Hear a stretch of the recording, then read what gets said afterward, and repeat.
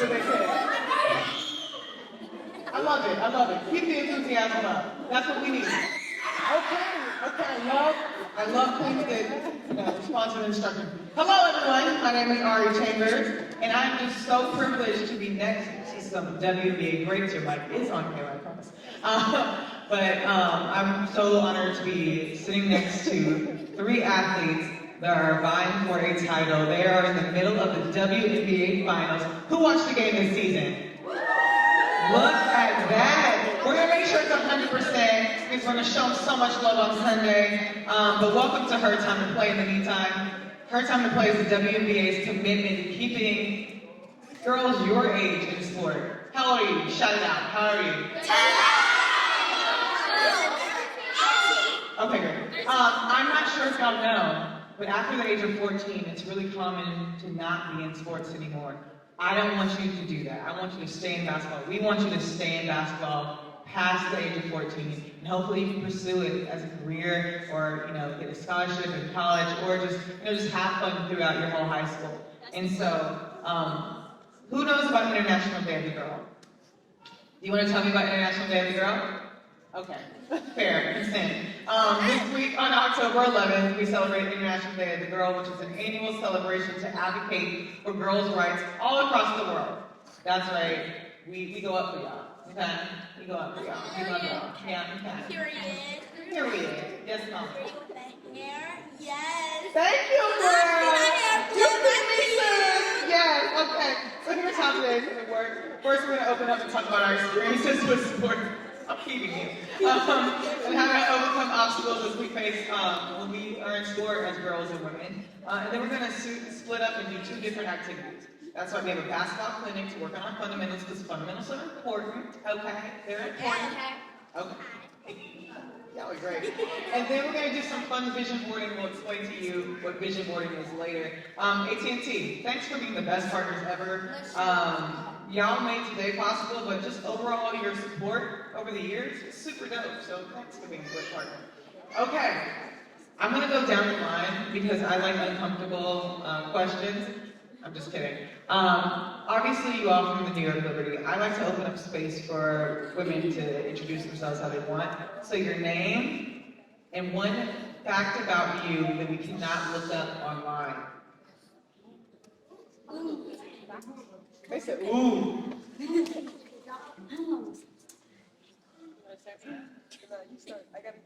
Jocelyn, go ahead. I love living in spot. It's fun. My name is Jocelyn Willoughby. I am in my 4th season with the Liberty. Woo-hoo!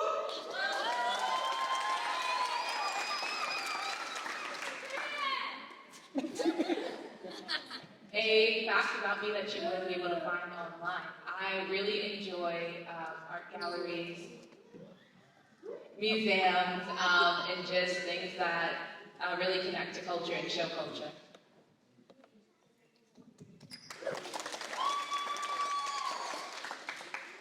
Hello, I'm Kayla Thornton, and this is my 7th season, my 1st season with New York, and I've been in Dallas for 6 seasons. One fact you guys probably don't know is that I was the lead singer in my youth choir at church. You want to run.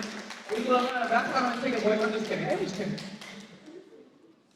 Hi, my name is Miara Savali. This is my rookie season with the New York Liberty. I feel like one fact that's not really out there is that I spent some time in Gambia, which is a small country in Africa. So I kind of grew up there and in Germany. All together, we play professional basketball, but let's take it back. Let's take it back to when you were kids and, their age. Who did you look up to in the women's basketball space that you're like, I want to play just like them, or I like who they are as a person? We'll start with Kayla. It's just fun. Well, to be honest, I really didn't start getting into basketball until my high school years. Oh, wow. My first love was track and field, And that's what I did. I kind of did everything. Instead of like doing AAU, I did summer track. But as I kind of grew up and started, really focusing on basketball, I would say one player that I looked up to was Candace Parker. I just kind of liked her game, just an overall athlete on both sides of the court. But now that I'm in it, that's changed. But yeah.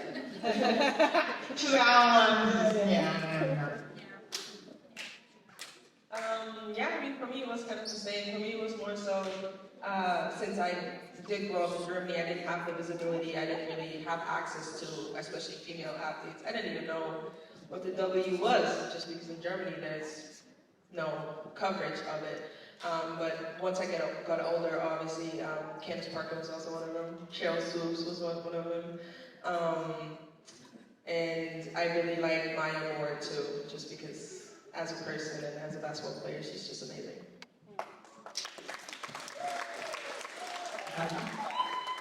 Yeah, for me, Maya Moore came to mind, and I think, as you kind of said, is not only who she was, her dominance on the court, but also what she stands for off the court, and that's really important to me. But I think another important thing for me growing up was being able to see older women, or at the time young women players that, my AAU coach or high school coach had the alumni come back and speak to us. And so I feel like even more than professional players, it was those players that were in college at the time where it's like, okay, that's the next step for me, and that seems very realistic, even before the professional players. We're going to get to that, because that representation is important. But Nia, because you didn't grow up consuming the WNBA, what made you stay in it beyond, high school? Saying basketball. I guess for me it was kind of just, I hated basketball at first. Hated it. But my older sister plays too. And when you have an older sister, you kind of just want to do the same thing she does. So that was me for the first 2 years, and then something flipped, and I was like, oh my god, this is great. Like, I get to travel, I get to be with my teammates, like, this is so much fun. I get to see so much of the world and like have fun while playing. So at that point, it was kind of a no-brainer for me. I was like, this is a lot of fun, and I was kind of good at it too, so I was like, why not? This is cool. So I just kind of stuck with it, and then the next thing I know, I went to college, and then it was just day by day, just kept going. Now I'm here. I have a question, because your natural reflexive response was a cackle when I asked you why you stand. Do we want to unpack that, or is that not right now? No, it's just, I always say, like, I kind of just fell into it. We were at a playground, and because we were kind of taller than everybody else, our first coach, like me and my older sister Sato, she found us at a playground. She was like, yeah, y'all should come to the basketball team. And it was a boys team, so up until I was 12, I played with the boys team, and then I switched to the women's team, to the girls team. But, yeah.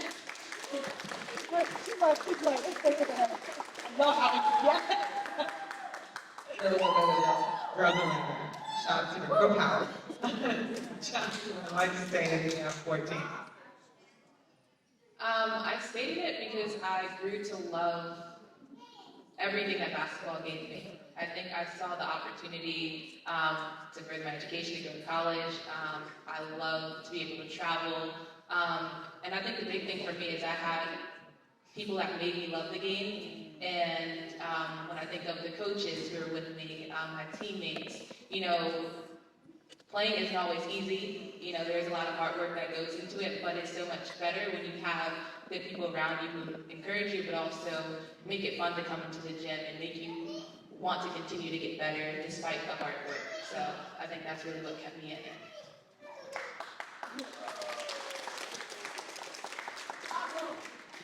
I'm looking right at you. We didn't answer. Why did you stay in basketball beyond the age of 14? Well, like I said, my first sport was track, so I didn't start getting into basketball until like I was in high school. But I decided to go that path because I started falling in love with it. I was kind of just athletic, so I could just do anything. And she said, "I'm nice at all of it." Thanks. What event in track? Huh? What event in track? So I did the 100 hurdles, the 400 hurdles, long jump, triple jump, 4x1, 4x4. Okay. She said, "Wrap it up. All the points to this thing." Okay. But no, then I kind of fell in love with it my senior year of high school, and that's when I got offered a scholarship. And from there, it just turned into like something that I was passionate about. You know, like Jocelyn said, you know, just meeting new people, being able to travel, being able to go abroad, and to just see different cultures, to see new people and stuff like that, and just learn and just grow.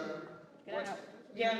I think the other big thing is like seeing the fruits of your labor. And so like when you're working so hard and you can, you know, maybe there's a skill that you don't have, but the more you work at it and like, oh, I can finally do this. So how much better can I get if I keep going at it? I think that was another big thing that kept me in it. We'll get you all engaged really quickly. Who thinks that they're a good teammate? Okay. I want maybe 3 or 4 volunteers to tell me in what? In general. And I want 3 or 4 volunteers to just shout out what qualities about yourself do you think makes you a good teammate. So I'll start with you. I passed the ball. She passes the ball. That's important. Go ahead. Positive energy. Right here. Being supportive. Right here. Helping, like, if a girl has, like, you know, a body problem or, like, Yeah, I love that. We'll come back to that. amen. Yes, Mama. Come get me. Love it. Right here. Help. Yeah, helping. Okay. Being a master. Period. I think we'll know that one. Yes, I love that. Being a master. Master your craft. I love it. Okay, yes. Being a leader. Leader. Master. I love what you said about helping them whenever they have, like, you know, their body problems. Because, you know, body changes and they can get uncomfortable. What would you say to them about, like, when they do go into middle school and high school, knowing that your body does change? Because we're girls, we have some things going on boys might not have going on. What are ways you've dealt with those changes? And what's a good way to stay afloat when you're in school and being a student athlete? Well, I can answer, I guess. I think for me, I have and had a really good relationship with my mom. And so I always think of like going to people who've been there and who are knowledgeable. And for me, that person was my mom. Maybe it's a big sister for you, maybe it's a cousin or aunt. But really, I think it starts with having conversations or, you know, asking questions like, hey, I don't understand what's happening. And so I think my mom was definitely, you know, conversations with her I go back to, and that was definitely helpful for me. And playing on the biggest stage, let's bring it back to the court, because we're here for basketball too. On the biggest stage, you have so many high-pressure situations. What are some ways that you handle the pressure or the stress or the expectations when you're stepping into the literal biggest stage ever? I think for me, you know, faith plays a big part in my life. So the number one thing for me is just, you know, just being prayed up. You know, just always asking for calmness, for peace, for understanding. But just also just being in the moment. You know what I'm saying? You know, not many people get to do what we do and what you guys are gonna eventually, you know, grow up to be and do. So just staying in the moment and just knowing just who you are and staying true to that and true to, you know, your craft and what you're able to do.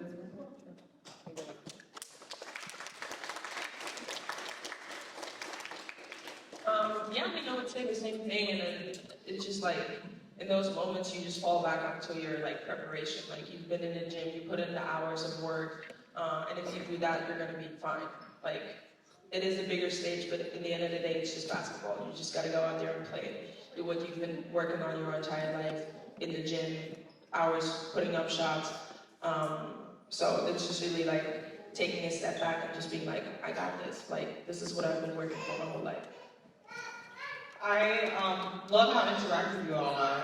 Typically, I have literally 3 more pages of questions, but I kind of want to open it up. Whoever has a question for our New York Liberty players, please raise your hand. And I want you to tell me your name and your position, and then ask your question.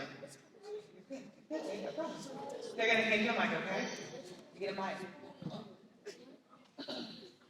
My name is Shed, and I play different positions. So I have 2 big girls on my team, so if they're out, I'll be like the point guard or shooting guard.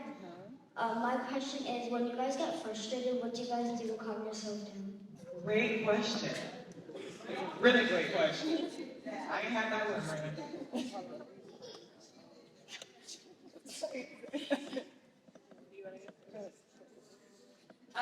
So I think when I'm frustrated in the moment, and like one of my things I love to do is journal, but obviously like in a game you can't, write out your feelings.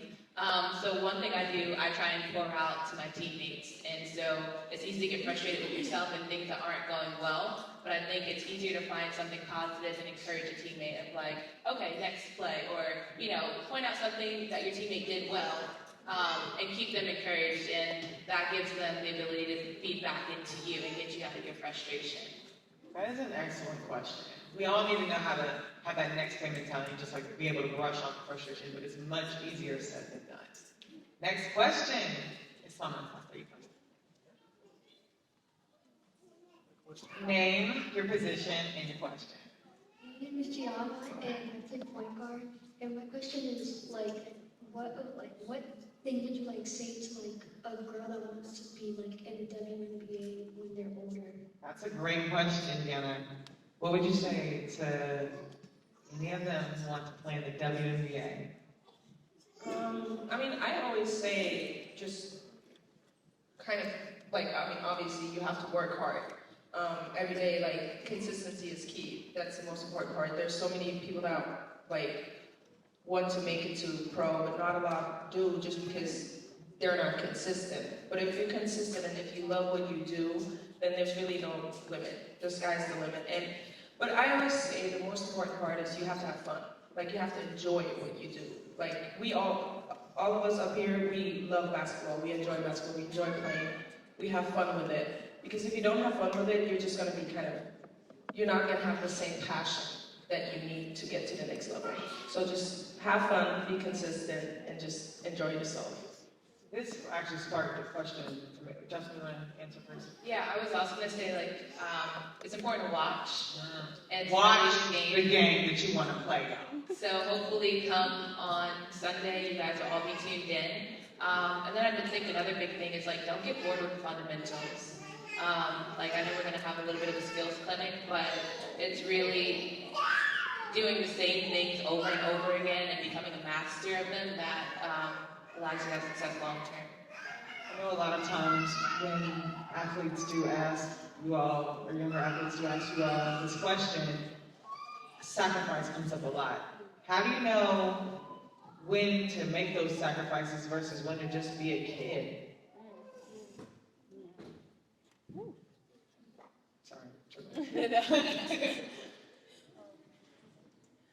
I feel like I would say, sacrifice is a big thing. I don't think when I was younger, I didn't celebrate my birthday a lot because I always had a game because my birthday just falls into that kind of, into the season. It's those small things are being away from home during Christmas. For me, for example, my sacrifice was moving away from home. To come and play here in the league, to go to college. My family the time difference is 9 hours. I don't really get to talk to my family as much. Tell them exactly where you're from, where you're from. Germany. I grew up in Germany, Berlin. And I moved out here when I was 18, so that's 5 years ago now. And it's really just you have to look at yourself and be okay, is this worth it? For me, it was. I'm so glad I took the sacrifices I did. I'm so glad I stayed home some nights. Or yes, it's hard to miss birthday parties. It's hard to not be at every single thing your friends might be at. But in the end of the day, it was worth it for me. But at the same time, you have to pick and choose.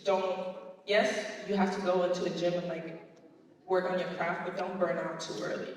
Y'all are still kids. Enjoy being kids. I still had so much fun being a kid. I was outside all the time. I don't know what y'all would like to do now. Y'all little TikTok. We still outside, right? We still outside? We still outside. Nah, we do it. We have fun. We play, right? We play. Okay. That's good. And y'all not up. And it's just find finding a good balance. I feel like that's the most important part. Like, yes, you have to take some sacrifices, but at the same time, don't burn yourself out. Like, y'all are so young. Enjoy being a kid as long as you possibly can. That's what I would say. I think for me, one of the big things is like, will I get this moment or opportunity again? So I know not everyone necessarily has the same mentality, but like prom, I'm like, that's something years down the line I wouldn't be able to look back. And I had the opportunity to not go to prom and go to college and start preparing, in summer school and classes. And I was like, no, I want my prom because that's something I can't get back. Or same with graduation. So for me, those are fun moments, like joyous moments that weren't just about me, but also like my family members being able to celebrate. So that's one way in which I decide, like, do I sacrifice or do I take this opportunity? But then at the end of the day, like, are you going to enjoy it? Are you going to have fun? I think that's a good way to listen to your heart, to your intuition, and decide what's worth it.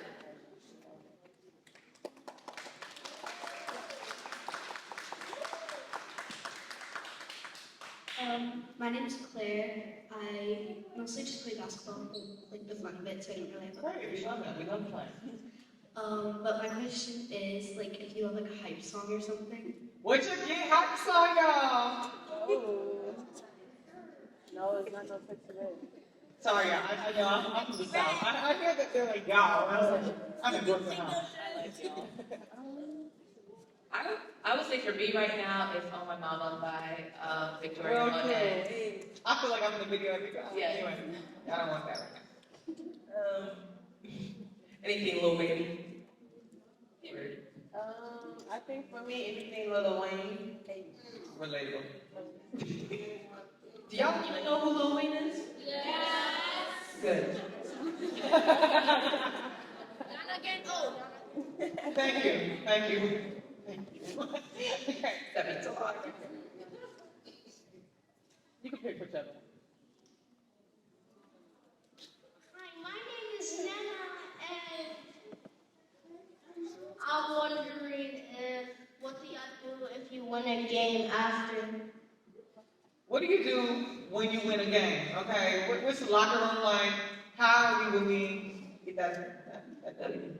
After a win, of course, we're all excited and stuff like that. But normally that's, we go in the locker room, we have the coaches talk and stuff like that. And then you kind of just go on about your day. Of course, take a shower. And for me, it's, eat. I like to grow. Yeah. We'll go right here. Hello, my name is Isabella, and I play point guard, and I'm wondering what is your favorite food? She said, you like to eat? Tell us your favorite food. Well, I love seafood, but my favorite dish probably be like crawfish.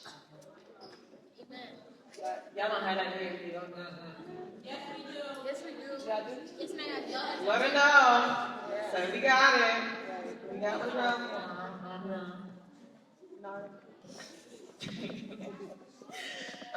For me, honestly, I really like any type of like rice dishes, like Thai food. I love me some good Thai food. There's a lot of good Thai food in New York. Or like some African food. I grew up on African food, so I really like African food. Yeah, I'm gonna go with soul food. Some greens, mac and cheese, some yams, and fried chicken or whatever the meat is. But don't eat that too often because I got to stay in shape. Streets in his hair. Family in shape. One last question. Who is a really good question? A really good one. We'll go right here. Really good one. Right here. Okay. Making good. My name is Kylie, and I wanted to know if there was ever times that you didn't want to play basketball. Great question.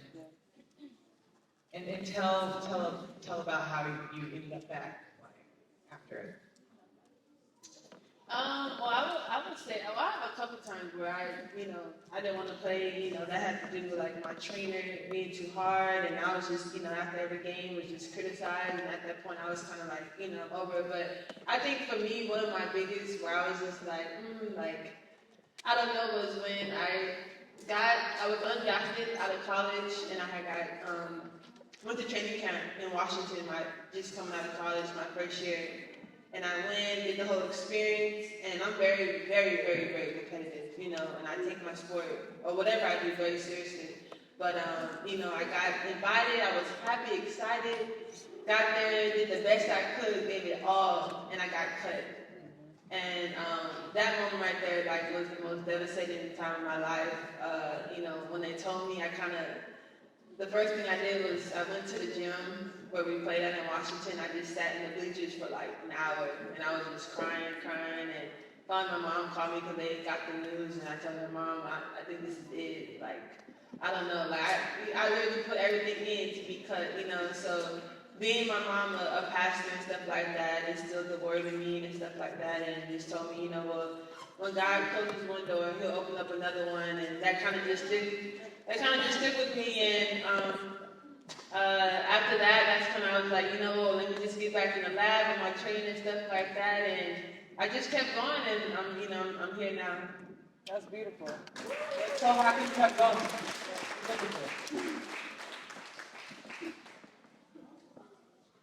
Well, I would say for me, a moment where I kind of questioned, do I want to keep going, was after getting injured.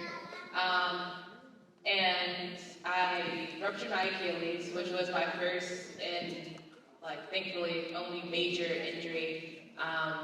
And just having surgery, I think injuries are part of the game to some degree, but I didn't appreciate how much it took to come back and learn to walk again and run again. And so just the whole process and through it, not necessarily being with the team, but really just working with the trainer one-on-one for a long part of it. Took a lot, but I'm happy I played through it, and I'm back here today. But definitely, I think being injured changes your perspective, but also on the flip side, your appreciation for the game. And yeah, I'm here and still getting to it. So We're so happy you're back. For me, it was similar as Josh.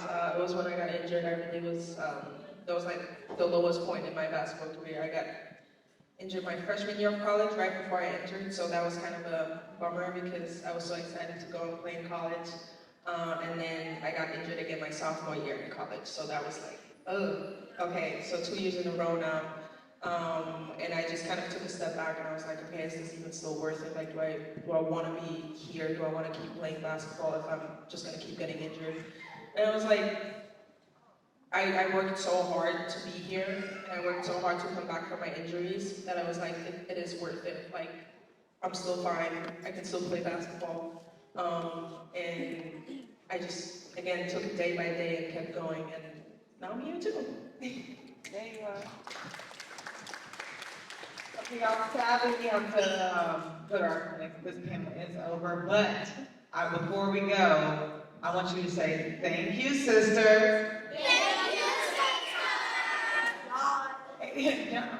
And we're going to take a picture, so if everybody wants to turn around, see all these photographers, and back up, come on to the set.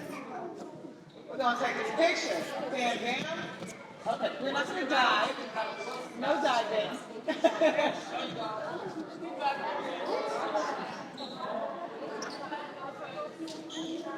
Because we're a family, honey. This is our family photo, okay?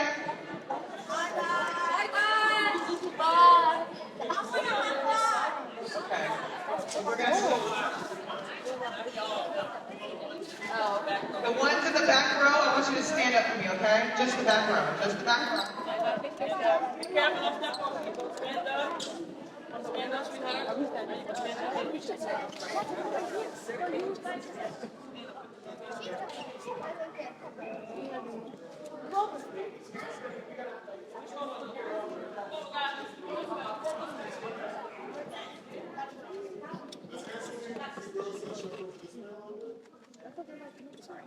Just make sure it's not going to save the world.